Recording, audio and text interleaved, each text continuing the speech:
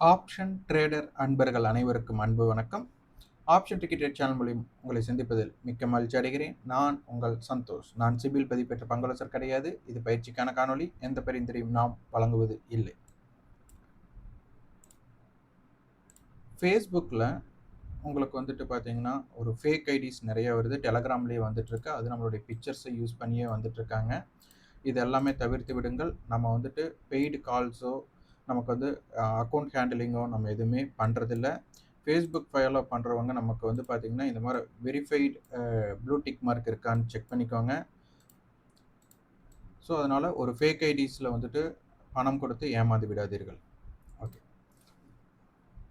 நம்ம இன்றைக்கி என்ன காணொளி பார்க்க போகிறோம் அப்படின்னா, வெள்ளிக்கிழமை வந்துட்டு நம்மளுக்கு மார்க்கெட் வந்துட்டு எந்த இடத்துல க்ளோஸ் ஆனாங்க, இனி மண்டே அதாவது வந்துட்டு நமக்கு 26th டிசம்பர் நம்ம மார்க்கெட் அனலைஸ் பண்ணிவிட்டு நமக்கு மண்டேக்கு உண்டான லெவல்ஸை நம்ம வந்து பார்க்க போகிறோம்.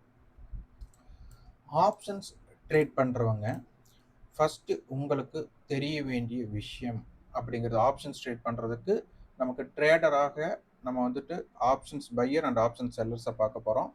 அதில் ஆப்ஷன் செல்லர்ஸோட அடிப்படையில் தான் நம்ம வந்துட்டு மார்க்கெட்டை அணுக போகிறோம். இதுதான் ரொம்ப ரொம்ப முக்கியம். இதில் ஃபஸ்ட்டு திங் நமக்கு வந்து ஸ்பாட் ஈக்குவல் டு ஃபியூச்சர் அப்படிங்கிறதான் நமக்கு எக்ஸ்பைரியோட விதியே. அப்போ அதனால இதை நம்ம மையத்தில், அதாவது நம்ம மனசில் இதை கண்டிப்பாக நம்ம வச்சுருக்கணும். ரெண்டாவது நமக்கு ரேஞ்ச். இந்த ரேஞ்ச் அப்படிங்கிறது ஹையுக்கும் லோவுக்கும் உண்டான டிஃப்ரெண்ட். இது எங்கிருந்து ஸ்டார்ட் ஆகும் அப்படின்னா ஓப்பன்லேருந்து ஸ்டார்ட் ஆகும். அப்போ ஓப்பன் ஸ்ட்ராட்டஜிஸ் உங்கள் கையில் இருக்கணும். அப்போ ரேஞ்ச் ஹையுக்கும் லோவுக்கும் நார்மலாக உங்களுக்கு எவ்வளோ பாயிண்ட்ஸ் மார்க்கெட்டில் மூமெண்ட் இருக்குது, ஒரு ஆவரேஜ் மூமெண்ட் பாயிண்ட் உங்களுக்கு தெரியும். அதுக்கப்புறம் மார்க்கெட் வந்துட்டு ஸ்பீடு எப்படி இருக்க போகுது அப்படிங்கிறது உங்களுக்கு தெரியணும். இந்த ஸ்பீடு வந்து நமக்கு ரொம்ப ரொம்ப முக்கியமானது. அதுவும் ஆப்ஷன் பையராக இருக்கிறவங்களுக்கு நம்ம நினச்ச விஷயம் அது நடந்தால்தான் உங்களுக்கு வந்துட்டு அதற்கு உண்டான ரிவார்டு கிடைக்கும் அப்படிங்கிறது தெரிஞ்சுக்கணும். அதாவது எக்ஸ்பைரியோட இது வந்து பார்த்தீங்க அப்படின்னா ஐடிஎம் ஆப்ஷனில் நமக்கு இன்ட்ரன்சிக் வேல்யூ ப்ளஸ் எக்ஸ்ட்ரன்சிக் வேல்யூன்னு இருக்கும். இந்த எக்ஸ்ட்ரன்சிக் வேல்யூ எக்ஸ்பைரியில் 0 ஆகிடும். அப்போ இன்ட்ரன்சிக் வேல்யூக்கு மட்டும்தான் மதிப்பு இருக்கும். ஏடிஎம் ஆப்ஷன்ஸ் 0 ஆகிடும், ஓடிஎம் ஆப்ஷன்ஸ் 0 ஆகிடும். ஸோ இதை எல்லாத்தையும் கொண்டு வந்து நீங்கள் மார்க்கெட்டோட ஒருங்கிணைக்கணும். இதுதான் ரொம்ப ரொம்ப முக்கியம். அது போக ஆப்ஷன்ஸோட ப்ரீமியம் யாரை அடிப்படையாக இயங்குது அப்படின்னா ஃபியூச்சரை அடிப்படையாக கொண்டு இயங்குது. அப்போது ஸ்பாட் அப்படிங்கிறது கிடையாது அப்படிங்கிறத ஃபஸ்ட்டு நம்ம புரிஞ்சுக்கணும். இதுதான் நமக்கு இருக்கக்கூடிய மிக முக்கியமே. அப்போ நீங்கள் ஸ்பாட்டோட அடிப்படையில் ஒரு ஆப்ஷன்ஸ் ப்ரீமியத்தை ஐடிஎம், ஏடிஎம், ஓடிஎம்மை நீங்கள் பார்க்கவே கூடாது. ஆனால் எக்ஸ்பைரி வந்து ஸ்பாட் ஈக்குவல் டு ஃபியூச்சர், அது எப்படி இருந்தாலும் ஒருங்கிணைச்சிடும். அதனால் ஃபியூச்சர் பேஸ் பண்ணி பாருங்கள். அப்போது மந்த்லி ஃபியூச்சர் நம்ம கண்ணுக்கு தெரியுது. அதாவது பார்த்தீங்க அப்படின்னா இது மந்த்லி ஃபியூச்சர். டிசம்பர் 30ஆம் தேதி கான்ட்ராக்டோட ஃபியூச்சர் வந்து பார்த்தீங்கன்னா 26,060 க்ளோஸ் ஆயிருக்காங்க. ஸ்பாட் வந்து பார்த்தீங்கன்னா 26,042. அப்போ நமக்கு வந்து ஒரு 18 பாயிண்ட் நமக்கு வந்து ப்ரீமியத்தில் இருக்கிறாங்க அப்படின்னு நமக்கு தெரிஞ்சாச்சு. இதுவே ஜனவரி பாருங்க, அடுத்த கான்ட்ராக்ட் வந்து பாருங்க, கிட்டத்தட்ட நமக்கு ஒரு 190 பாயிண்ட் ப்ரீமியத்தில் இருக்காங்க. அதாவது இந்த கான்ட்ராக்ட் இப்போ முடிவுற்ற கான்ட்ராக்டை விட அடுத்த கான்ட்ராக்ட் வந்து நமக்கு நல்ல ப்ரீமியத்தில் இருக்கிறாங்க அப்படிங்கிற ஒரு விஷயத்தை நமக்கு கொடுக்குறாங்க. இது மறைமுகமாக பார்த்தீங்க அப்படின்னா ஸ்பாட் நமக்கு ஃபியூச்சர் அப்படிங்கிறத ப்ரீமியம் டிஸ்கவுண்ட்டை பேஸ் பண்ணி தான் பார்க்குறோம். அப்போது ஸ்பாட்டை விட ஃபியூச்சர் வந்துட்டு அதிகமாக இருக்குது அப்படின்னு எடுத்துக்கிட்டா நமக்கு இங்கே எல்லாத்துக்கும் பொதுவாக தெரிஞ்சிருது என்ன, ஸ்பாட்டோட ஃபியூச்சரோட ப்ரைஸ் அதிகமாக இருக்குன்னா எக்ஸ்பெக்டேஷன் அதிகமாக இருக்குது. அப்போ வந்து மறைமுகமாக டிமாண்ட் இருக்குது அப்படிங்கிறத நம்ம மனசு சொல்லும். உண்மையாகவே அப்படித்தான்.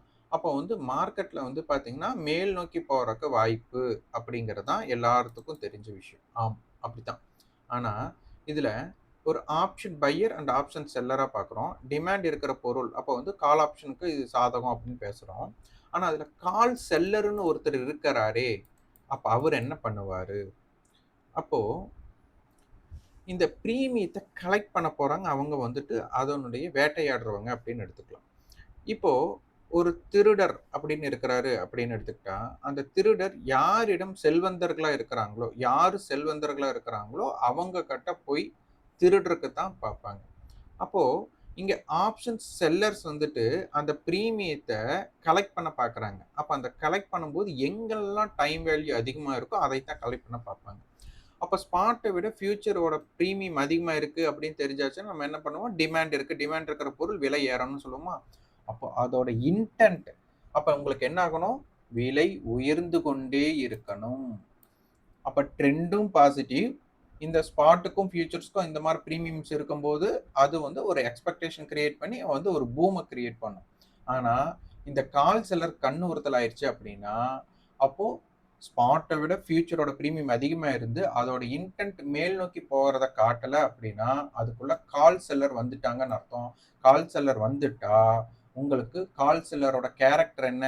மார்க்கெட் மேல போறத தடைப்படுத்தும். அப்போ சைடு வேக்குள்ள போகலாம் மார்க்கெட், இல்லைன்னா இறங்கு முகமாக மாறலாம். அப்ப அதற்குண்டான இம்பேக்டட் என்னன்னா, மார்க்கெட் எங்க ஓப்பன் ஆனாலும் சரி, ஓப்பனுக்கு கீழ மார்க்கெட் ட்ரேட் நடக்குது. அதாவது மார்க்கெட்டோடது சொல்றேன் நான். Call option, put option, open எல்லாம் பேசல. மார்க்கெட்டோட ஓப்பனுக்கு கீழ ட்ரேட் நடக்குது அப்படின்னா, அது கால் செல்லருக்கு உண்டான வாய்ப்பு. அப்போ பிரைஸ் வந்துட்டு மேல இன்டென்ட் மேல போற மாரி காட்டவே இல்லாம, கீழ் நோக்கி போறாங்க. இன்டென்ட் கீழ நோக்கி போற மாரி காமிக்கிறாங்கனாலே, அங்க என்ன அர்த்தம்? கால் செல்லர் உள்ள இருக்கிறாங்கன்னு அர்த்தம். இந்த கால் செல்லர் பயந்து யூ டர்ன் அடிச்சு மார்க்கெட்ட இதா கொண்டு போறக்கு உண்டான வாய்ப்பு இருக்கிற இடம் எங்க இருக்கும்னா, சப்போர்ட்டாக இருக்கும். இந்த சப்போர்ட் எங்க இருக்கும் அப்படின்னா, புட் செல்லர் பயப்படாத இடமாக இருக்கும். அப்ப இதை உணர்ந்து நம்ம பார்க்கணும். ஸோ, அப்ப மார்க்கெட்ல பிரீமியம் இருக்கு. பிரீமியம் இருக்கிற பொருள் எப்போதெல்லாம் சப்போர்ட் இடத்துக்கு வருதோ, அந்த இடத்துல வந்து ஒரு கம்பேக் அதாவது மார்க்கெட் மேல் நோக்கி அதுவும் ஸ்பீடா போறக்கு ட்ரை பண்ணுவாங்க. அப்ப இந்த இடத்துல நமக்கு என்ன இருக்கும்னா, மார்க்கெட் ஓப்பனுக்கு மேலயும், எஸ்டர்டே லோ, ப்ரீவியஸ் க்ளோஸ் இந்த இடத்துக்கு மேல எல்லாம் ட்ரேட் நடக்கக்கூடிய வாய்ப்பா இருக்கணும். சப்போர்ட் இடத்துல இது நடக்கும். அப்படி இல்ல, ஓப்பனுக்கு கீழ தான் மார்க்கெட் ட்ரேட் நடக்குறாங்க அப்படின்னா, திருப்பி மீண்டும் செல்லர்ஸ் உள்ள உள்ள ஆறாங்க. அப்ப மார்க்கெட்ட கீழ் நோக்கி போறக்கு பார்ப்பாங்க. அப்போ இந்த பேஸ்டு நமக்கு தெரியணும். அப்ப இது ஃபியூச்சர்ல இருக்கிறதுனால நீங்க ஈஸியா நீங்க வந்துட்டு கால்குலேட் பண்ண முடியுது. அப்போ வீக்லி அப்படின்னு நம்ம எடுத்துக்கிறோம். இப்ப இந்த இடத்துல பார்த்தீங்க அப்படின்னா, இது டிசம்பர் 30 அப்ப மந்த்லி இதுவும் இது ஒண்ணு தான். அதனால வந்து நீங்க ஃபியூச்சரே இருக்கும். அதனால நம்ம தனிப்பட்ட முறையில கணக்கிட வேண்டாம். இப்ப இதே ஜனவரி 6 அந்த கான்ட்ராக்ட் நீங்க எடுக்கிறீங்க அப்படின்னா, இப்ப யோசிச்சு பாருங்க. இதோட ஃபியூச்சர நம்ம கண்டுபிடிக்கணும். ஏன்னா இதுக்கு தான் ஃபியூச்சர் இல்லையே. ஆனா இது ட்ரேட் நடக்கிறது ஃபியூச்சர பேஸ் பண்ணி தான் ட்ரேட் நடக்கணும். ஆனா ஃபியூச்சர் கண்ணுக்கு தெரியலையே. அப்ப நம்ம கண்டுபிடிக்கணும். அப்ப அத கண்டுபிடிக்கிறதுக்கு எப்பவுமே பாருங்க, சேம் ஸ்ட்ரைக்கோட கால் புட்டோட டிஃபரன்ஸ் தான் ஃபியூச்சர் அப்படின்னு பார்த்துட்டோம். இப்ப இந்த இடத்துல பாருங்க ஒவ்வொரு ஸ்ட்ரைக்க நம்ம பார்க்கலாம். இது வந்து ஜனவரி 6ஆம் தேதியோட கான்ட்ராக்ட்ட நம்ம பார்க்குறோம். இங்க பாருங்க 26,200 எடுக்கிறேன். இதுல கால் புட் இது பார்த்தீங்கன்னா கிட்டத்தட்ட 90 புள்ளிகள். இதுல புட் ஆப்ஷனுடைய பிரைஸ் அதிகமா இருக்கு. அதனால புட் ஆப்ஷனுடைய பிரைஸ் அதிகமா இருந்தா ஸ்ட்ரைக்கோட மைனஸ் பண்ணணும். அந்த டிஃபரன்ஸ அதாவது வித்தியாசத்தை. அப்போ இதுல வித்தியாசம் எவ்வளோ? 90 பாயிண்ட். அப்ப எங்க இருக்கு? 26,200 மைனஸ் 90. அப்ப எவ்வளோ வரும் நமக்கு? 26,110 அப்படிங்கிற வரும். இது ஒண்ணு ஆச்சுங்களா? இது அப்படியே ஒவ்வொரு ஸ்ட்ரைக்கா நான் கால்குலேட் பண்றேன். அப்போ உங்களுக்கு புரிஞ்சிடும். 26,150. இதெல்லாம் கணக்கீடு பண்ணி நான் மார்க்கெட்ட பார்க்கறதுக்குள்ள நீங்க மார்க்கெட் கிராஸ் அவுட் ஆயிடும் அப்படின்னால யாராச்சும் நினைச்சீங்க அப்படின்னா, நீங்க இத பார்க்கவே வேண்டாம். யாரெல்லாம் உங்களுக்குன்னு ஒரு ஸ்ட்ராட்டஜி கிரியேட் பண்ணணும், மார்க்கெட்டோட அப்சர்வேஷன் பண்ணணும்னு யாருக்கு தோணுதோ, அவங்க மட்டும் இத பின்பற்றினால் போதும். இங்க பார்த்தீங்கன்னா, இது எவ்வளவு வித்தியாசம் நமக்கு? 40 பாயிண்ட் வித்தியாசம். அப்போ புட்டோட பிரைஸ் அதிகம். அப்ப -40. அப்ப எவ்வளோ ஆச்சு? 26,110. இங்க எங்கேயாச்சும் ஸ்பாட்டோட பிரைஸ் வருதான்னு பாருங்க. எல்லாமே 110 நியர்லியே வருது. செக் பண்ணீங்கன்னா உங்களுக்கு தெரியும். அப்போ இது பார்த்தீங்கன்னா தெரியும். இப்போ நான் 26,100க்கு நான் போடவே இல்ல. இது என்னவா இருக்கும்னா, கால் ஆப்ஷன் வந்து புட் ஆப்ஷன விட ரூ. 10 இருக்கும். விலை இங்க முக்கியம் இல்ல. ஆனா புட் என்ன விலை இருக்காங்களோ, நமக்கு புட்டோட க்ளோஸ் என்ன இருக்கோ, அதை விட ரூ. 10 ஜாஸ்தியா இருக்கும் கால். அவ்வளோதான் இங்க கான்செப்ட். நான் இங்க எழுதியிருக்கேன்னா, இங்க பாருங்க 100. காலோட பிரைஸ் 137, இங்க 127. நான் மாத்தி எழுதியிருக்கேனா? அப்போ இங்க பார்த்தீங்கன்னா ரூ. 10 ஜாஸ்தியா? புட்டோட பிரைஸ விட. அப்ப என்ன அர்த்தம்? 26, 110. அப்போ 26,050க்கு எப்படி இருக்கலாம் அப்படின்னா, காலுடைய பிரைஸ் புட்டோட பிரைஸை விட ரூ. 60 ஜாஸ்தியா இருக்கலாம். இது அப்படியே நீங்க மாத்தினா போதும். 26,050க்கு. இங்க பாருங்க. ரூ. 105 புட்டோட பிரைஸ். இதோட ரூ. 60 கூட்டினா ரூ. 165. காலோட பிரைஸ் வந்துருச்சா? ஸோ இதுதான் சிந்தட்டிக் ஃபியூச்சர். இதை நம்ம கணக்கீடு பண்றோம். இதை கணக்கீடு பண்றதுனால மார்க்கெட்டோட உங்களுக்கு ஸ்பாட்டோட நீங்க கணக்கீடு பண்ணும்போது நிறைய டைம்ஸ் வந்துட்டு மார்க்கெட்ல பிரீமியத்தில் இருக்கு அப்படிங்கும்போது நீங்க போடுற கால்குலேஷன் அது சப்போர்ட் இடத்துக்கு வர அதனால சப்போர்ட் ஆயிடுச்சு மார்க்கெட் மேலே போயிடுச்சுன்னு நினைப்பீங்க. ஆனால் அது அப்படி கிடையாது. ஸோ இதை உணர்ந்து பார்க்கணும். இதை பேஸ் பண்ணி தான் நம்ம சிந்தட்டிக் ஃபியூச்சர் அப்படின்னு ஒரு சார்ட்டை ட்ரேடிங் வியூவில் உங்களுக்கு கணக்கீடு பண்ணி தர்றோம்.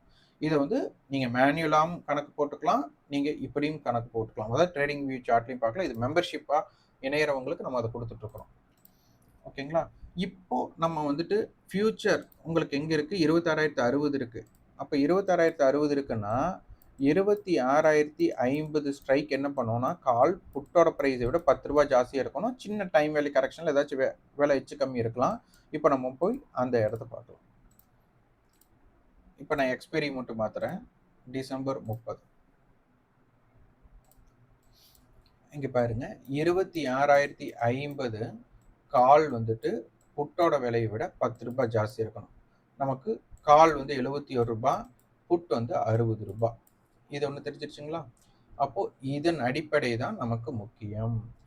அப்போ இங்க என்ன நமக்கு கொடுத்துருக்காங்க? ஃபர்ஸ்ட் நான் இங்க எழுதினது நீங்க புரிஞ்சுட்டீங்கன்னா உங்களுக்கு அப்படியே பேஸ்டு கொண்டு வரலாம். நமக்கு ரேஞ்ச் அப்படிங்கிறது முக்கியம். ஒரு வாரத்துக்கு ஒரு நாளைக்கு எவ்வளோ பாயிண்ட் மூவ் ஆக போகுது அப்படிங்கிற ஹை டு லோ தெரியணும். அது போக ஐடிஎம் ஆப்ஷன்ல இருக்கக்கூடிய எக்ஸ்பெரியில வந்துட்டு எனக்கு என்னவா இருக்கணும்? ஐடிஎம் ஆப்ஷனுக்கு வேல்யூ இருக்கும். ஏடிஎம் ஆப்ஷனுக்கும் ஓடிஎம் ஆப்ஷனுக்கு என்ன ஆயிடும்? ஜீரோவாக மாறணும். இதுதான் லாஜிக்கலான விஷயம். இந்த ரெண்டையுமே கணக்குல போட்டீங்கன்னா உங்களுக்கு புரிஞ்சிருச்சு. ஓகே, இப்ப பாருங்க 26,050ல இப்ப மார்க்கெட் முடிஞ்சிருச்சு.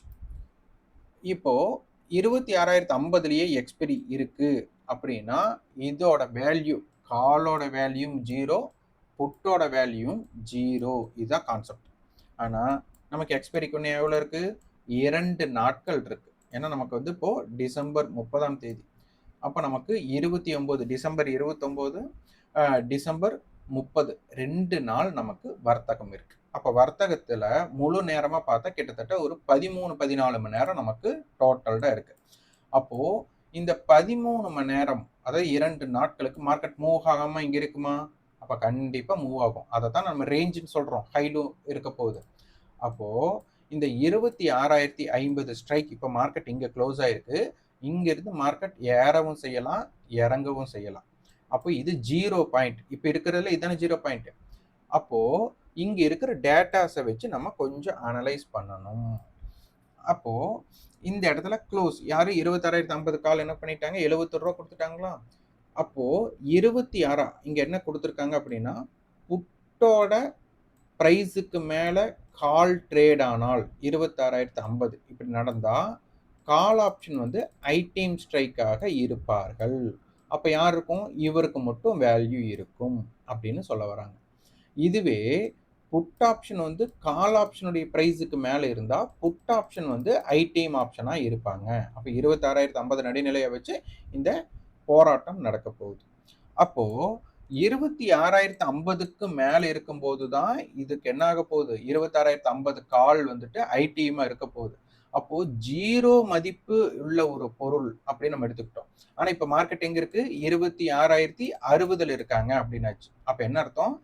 கால் ஆப்ஷனை வந்துட்டு 2ஆ பிரிக்கிறோம். கால் ஆப்ஷனுடைய மதிப்பு ஆக்சுவல் மணி எவ்வளோ? 10 ரூபாய். 26,050க்கு மேல எவ்வளோ இருக்காங்க? 10 ரூபாய் இருக்கிறாங்க. பிளஸ் எக்ஸ்டென்சிக் வேல்யூ 60 ரூபாய். அப்போ புட் ஆப்ஷனோட வேல்யூ 0 மதிப்பு. ஆனா எவ்வளவு இருக்காங்க? 60 ரூபாய் இருக்கிறாங்க. அப்போ இந்த 70 ரூபாய் வேணும் 26,050 காலுக்கு எக்ஸ்பைரியில நல்லா புரிஞ்சுக்கோங்க 3:30, அதாவது எக்ஸ்பைரி எண்ணிக்கை 3:30க்கு இந்த 70 ரூபாய் வேணும் அப்படின்னா மார்க்கெட் வந்துட்டு 26,120ல இருக்க முற்படுவாங்க. அப்போ இப்ப 70 ரூபாய் பணம் கொடுத்து இப்ப வாங்கியிருக்காங்கல்லவா, அவங்களுக்கு 26,120க்கு மேல போனா மட்டும்தான் உங்களுக்கு ப்ராஃபிட்டே கிடைக்கும். இப்ப நீங்க 70 ரூபாய்க்கு வாங்குறீங்க, 80 ரூபாய் போனாலும் உங்களுக்கு ப்ராஃபிட் தான், நான் இல்லைன்னு சொல்ல வரல. ஆனா எக்ஸ்பைரி வரை நீங்க ஒருத்தர் ஹோல்டு பண்றவங்களா இருந்தா, நீங்க இப்பவே வாங்கி இப்பவே ப்ராஃபிட் அண்ட் லாஸ் கட் பண்றீங்களா, இதெல்லாம் கால்குலேஷன் நமக்கு தேவையில்லை. ஆனா எக்ஸ்பைரி மட்டும் ஒருத்தர் ஹோல்டு பண்றாங்கன்னா இந்த 70 ரூபாய் வேணும் அப்படின்னா மார்க்கெட் 26,120ல க்ளோஸ் ஆனா தான் இந்த 70 ரூபாய் கிடைக்க போகுது. அப்போ 70 ரூபாய்க்கு மேல போனா இப்போ 26,130க்கு மேல போனாங்க அப்படின்னா உங்களுக்கு ஆப்ஷன் பை இருக்கு, அங்கதான் ப்ராஃபிட்டே ஸ்டார்ட் ஆகும். ஓகே, அப்ப இந்த இடத்துல செல்லர் கால் செல்லருக்கு என்ன ஆகணும்? 26,120க்கு மேல போனா மட்டும் என்ன ஆகும்? லாஸ் கிரியேட் ஆகும். அப்ப இதனாலதான் இது கால் செல்லர் பேனிக் பிளேஸ் அப்படின்னு சொல்றோம். அப்ப இந்த கால் செல்லர் பேனிக் பிளேஸை தாண்டாம மார்க்கெட் மேல போறதுக்கு வாய்ப்புகள் இல்லை. அப்ப 26,120 ரொம்ப முக்கியம். அப்ப இந்த 60 ரூபாய் இங்க கழிச்சிட்டோம் அப்படின்னா 25,990. அப்ப இந்த இடம் புட் செல்லர் பேனிக் பிளேஸ். இந்த இடத்துக்கு கீழே போனா 25,990க்கு கீழே இந்த போனா மட்டும்தான் இந்த எக்ஸ்பைரி முடிஞ்சா புட் செல்லருக்கு லாஸ் தான், அவங்களுக்கு ப்ராஃபிட். ஆனா புட் ஆப்ஷன் பையருக்கு ப்ராஃபிட் வந்துடும் 990. அப்ப இந்த 990 டு 26,120க்குள்ள இவங்க வந்து என்ன பண்ண போறாங்க? மார்க்கெட் ஒரு வால்டைல தான் இருக்க போகுது.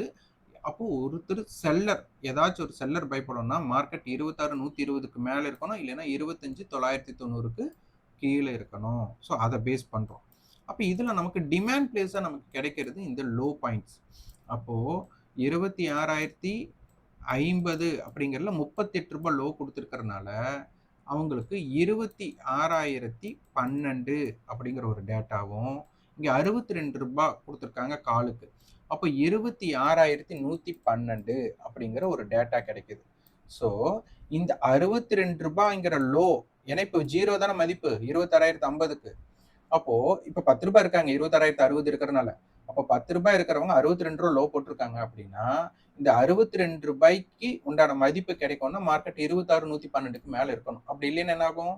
இதற்குண்டான மதிப்பே கிடைக்காது. அப்ப இது 0 ஆயிடும். அப்ப 26,050க்கு கீழே 1 ரூபாய் கீழே இருந்தாலுமே இது 0 தான். 26,050ல இருந்தாலுமே 0 தான். அப்ப 26,050 காலுக்கு 62 ரூபாய் வேணும்னா அப்ப 26,112க்கு மேல இருக்க வேண்டிய சிச்சுவேஷன் ஏற்படும். இதை உன்னிப்பாக கவனிக்கணும். அப்போ 26,012 அப்படின்னு அப்ப இவங்க 38 ரூபாய் லோ போட்டதுக்கு அப்ப மார்க்கெட் என்ன பண்ணணும்? 26,012க்கு கீழேயே இருக்கணும். ஸோ இதெல்லாம் தான் நீங்க ஆப்ஷன்ஸ் பையர்ஸ் அண்ட் செல்லர்ஸ் கண்டிப்பா தெரிஞ்சிருக்கணும். அப்போ இங்க நமக்கு புரிஞ்சுக்க வேண்டிய விஷயம் என்னன்னா,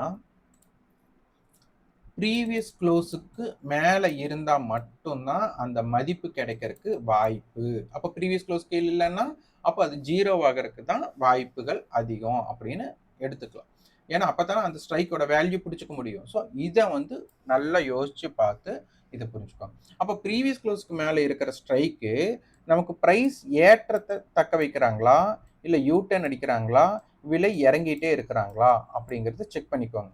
அப்போ ப்ரீவியஸ் க்ளோஸுக்கு மேலே இருக்கிறவங்க விலை ஏற்றம் தான் அடையணும். அப்பதான் இது. ஆனா அவங்க இடத்துல செல்லர்ஸ் பயந்தால் அப்படிங்கிறது தான். அப்ப இந்த இடத்துல யோசிச்சு பாருங்க, மார்க்கெட் வந்துட்டு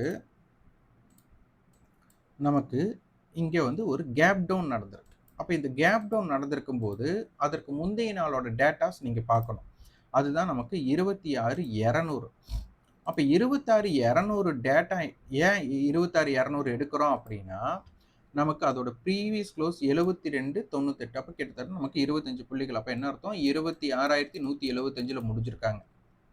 அதனால இந்த ஸ்ட்ரைக்கை நம்ம எடுத்துட்டோம். அப்போ இந்த 26,200 ஸ்ட்ரைக்கை ட்ரேட் பண்ணவங்களுக்கு 72 + 98 அப்படின்னு எடுத்திருக்காங்க. அப்போ என்ன அர்த்தம்? மொத்தம் 170 ரூபாய் அப்படிங்கிற டோட்டல் பிரீமியம் அவங்க கலெக்ட் பண்ணியிருக்காங்க. அப்போ ஒருத்தர் சைடுக்கு 85. அப்போ அப்படின்னு பார்த்துட்டா நமக்கு இது 98 அப்படின்னால 26,100 அப்படின்னு ஒன்று வருது. 98னா நமக்கு 102, 100 நான் ரவுண்ட் ஆஃப் பண்ணிக்கிறேன். அப்போ 170னா 26,030. இப்போ இந்த 2 பிரீமியத்தை கடைசி இப்போ நம்ம ஆட் பண்ணோம் அப்படின்னா 161 + 21 அப்போ எவ்வளோ வருது நமக்கு 182 அப்படிங்கிறது வருது. இப்போ 26,200ல இருக்கும்போது இதில் ஸ்ட்ராடல் அப்படின்னு சொல்கிறோம். இப்போ மார்க்கெட் மேலே போகுதா இல்லை கீழே போகுதான்னு தெரியல, ஆனால் 2 பிரீமியத்தையுமே நம்ம ட்ரேடு பண்ணிக்கலாம் அப்படின்னு யாராச்சும் யோசிச்சிருப்பாங்க. அப்போ அந்த மாதிரி யோசிச்சவங்களுக்கு இப்போ என்ன ஆகுது அப்படின்னா செல் அடிச்சவங்களுக்கு 12 பாயிண்ட் லாஸில் இருக்கிறாங்க. ஏன்னா 170க்கு தானே செல் அடிச்சிருக்காங்க. அதை பை பண்ணவங்களுக்கு 12 பாயிண்ட் ப்ராஃபிட்ல இருக்கிறாங்க. அப்போ இந்த இடம் 2 பிரீமியத்தையும் ட்ரேட் பண்ணவங்களுக்கு ஒரு லாஸை கிரியேட் பண்ணக்கூடிய இடத்துல இப்போ மார்க்கெட் முடிஞ்சிருக்கு. அப்போ 2 பேர் ட்ரேட் பண்ணல. அப்போ ஒருத்தரா ட்ரேட் பண்ணவங்க கம்பல்சரி கால் செல்லர் வந்துட்டு என்னவா இருந்திருப்பாங்க, இப்போ ப்ராஃபிட்ல இருப்பாங்க. புட் ஆப்ஷன் பையர் என்னவா இருப்பாங்கன்னா ப்ராஃபிட்ல இருப்பாங்க. புட்டை செல் அடிச்சவங்க என்ன பண்ணுவாங்கன்னா லாஸ்ல இருப்பாங்க. கால் ஆப்ஷனை பை பண்ணவங்க என்ன பண்ணுவாங்க, லாஸ்ல இருப்பாங்க. இதுதான். அப்போ இதுல ப்ராஃபிட்ல இருக்கிறது பார்த்தா கால் செல்லரும் புட் பையரும். அப்போ இவங்க வந்துட்டு ப்ராஃபிட்டை புக் பண்ணக்கூடிய சிச்சுவேஷன் நல்லா புரிஞ்சுக்கோங்க. Call seller and put buyer இவங்க 2 பேரும் ப்ராஃபிட்டை புக் பண்ண வேலை இருந்துருச்சு அப்படின்னா மார்க்கெட் இங்கிருந்து மேல் நோக்கி போகக்கூடிய வாய்ப்புகள் அமையலாம். அப்போ இவங்க வந்துட்டு இருக்கிறாங்க அப்படின்னா அப்போ என்ன அர்த்தம், மார்க்கெட்ல புட் ஆப்ஷன் ப்ரீவியஸ் க்ளோஸுக்கு கீழேயே ட்ரேட் நடக்கணும், கால் ஆப்ஷன்ஸ் என்ன பண்ணணும், ப்ரீவியஸ் க்ளோஸுக்கு மேலேயே ட்ரேட் நடக்கணும். அப்போது இந்த இடத்துல 26 அப்போ இந்த பேஸ் நம்ம பார்க்கும்போது அடுத்த நாள் வர்த்தகத்தில் இப்போ நீ வரும் வர்த்தகத்தில் மார்க்கெட் ஓப்பனுக்கு மேலேயே இருக்கிறாங்க, எஸ்டர்டே ஹைக்கு மேலே இருக்கிறாங்க அப்படிங்கிற சிச்சுவேஷன் அமைஞ்சது அப்படின்னா மார்க்கெட் மேல் நோக்கி போகும். இப்போது வர கால் ஆப்ஷன் ப்ரீவியஸ் க்ளோஸுக்கு மேலே நிற்கிற வர இன்டென்ட் என்ன காமிக்கணும், மார்க்கெட் மேல் நோக்கி போகிற மாதிரி காட்டணும். இதுவே நமக்கு அந்த அளவுக்கு கால் செல்லரும் அண்ட் புட் பையரும் நமக்கு வந்துட்டு ப்ராஃபிட்டை புக் பண்ணக்கூடிய இன்டென்ஷன் காட்டலனா அப்போ மார்க்கெட் ஓப்பனுக்கு கீழே இருக்கக்கூடிய சுச்சுவேஷன் ஏற்பட்டால் புட் செல்லர் வந்து லாஸ், ஏன்னா ஏற்கனவே ஸ்ட்ராடல் பண்ணது லாஸில் இருக்காங்க. அப்போது நாளைய வர்த்தகத்தில் புட் ஆப்ஷன் ப்ரீவியஸ் க்ளோஸுக்கு மேலே இருந்து மார்க்கெட் அவங்களுடைய ஹை இன்டென்ட் கட் பண்ணக்கூடிய வாய்ப்பு இருந்துச்சுன்னா மார்க்கெட் கீழ் நோக்கி போகிறதுக்குண்டான வாய்ப்பை கொடுக்கும்.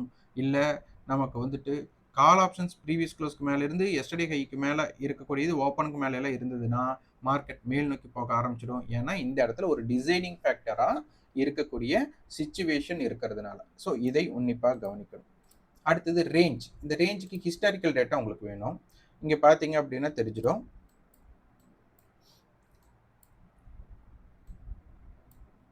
இது லாஸ்ட் வீக்கோட, அதாவது போன வாரத்துக்கு முந்தின வாரத்தோட டேட்டா. இதில் அதிகபட்சமான ஹை அப்படின்னு எடுத்துட்டா 26,047, நமக்கு க்ளோசிங் 25,966, அந்த வாரத்தோட ஓப்பன் 25,930. அப்போது இந்த வாரம் இப்போ கடந்த வாரம் முடிஞ்சது அல்லவா, ஸோ அந்த டேட்டாவையும் நீங்கள் பாருங்கள். அப்போ அந்த டேட்டாவில் இது ஒரு 4 நாட்களோட வர்த்தக நாட்கள் தான். இதில் அதிகபட்சமான கை 26,233, குறைந்த லோவாக நம்ம பதிவு பண்ணியிருக்கிறது 26,008. அப்போது மார்க்கெட் 26,050க்கு மேலே வர்த்தகமானால் மார்க்கெட் வந்துட்டு 26,233 நோக்கி போகும். ஏன்னா நமக்கு போன வாரத்தோட ஓப்பன், இந்த வாரத்தோட க்ளோஸ் எல்லாமே இந்த இடத்துல இருக்குது. அப்போ 26,050க்கு மேலே இருந்துச்சுன்னா 26,000. அப்போ 26,050ம் 26,000த்திற்கு கீழே மார்க்கெட் வணிகம் நடைபெற்றால் நமக்கு மார்க்கெட் 25,800 நோக்கி போகணும். ஸோ 26,050 அப்படிங்கிறது ஒரு நடுநிலையாக இப்போ நமக்கு தென்படுது. அதனால வந்து உன்னிப்பாக கவனிக்கணும். அப்போ 26,050 அப்போது லாஸ்ட் வீக், இந்த லாஸ்ட் வீக்கோட க்ளோஸ் இது. அடுத்த வாரம் ஓப்பன் ஆகும். அந்த ஓப்பனுக்கு மேலேயும் இதற்கு மேலே அந்த மார்க்கெட் ஸ்டேபிள் ஆச்சுன்னா மார்க்கெட் மேல் நோக்கி போகும். ஓப்பனுக்கு கீழேயும் லாஸ்ட் வீக்கோட க்ளோஸ் அது கீழே இருந்ததுன்னா மார்க்கெட் கீழ் நோக்கி போகிறதுக்கு ட்ரை பண்ணுவாங்க. அப்போ எத்தனை நேரம் இருக்காங்க ரேஞ்ச் அப்படிங்கிறத புரிஞ்சுக்கணும். அப்போ ஒரு நாளோட வர்த்தகம் அப்படிங்கிறது பாருங்க, ஹை டு லோ இங்கே வந்து பார்த்தீங்கன்னா ஒரு 140 புள்ளிகளுக்கு பக்கம் இருக்காங்க. அதற்கு முந்தைய நாள் நமக்கு ஒரு 100 புள்ளிகள் தான் இருந்திருக்காங்க. அதற்கு முந்தைய நாள் 100, அதற்கு முந்தைய நாள் நமக்கு வந்துட்டு ஒரு 130 பாயிண்ட்ஸ். அப்போ அதுக்கு முந்தைய நாள் 100. அப்போ மார்க்கெட் வந்து மொத்தமாவே ஒரு 100 புள்ளிகள் மொமெண்டம்ல இருக்கிறாங்க. 100 to 150 புள்ளிகள். அப்போ 3 ஸ்ட்ரைக்கில் இருந்து நல்லா புரிஞ்சுக்கோங்க.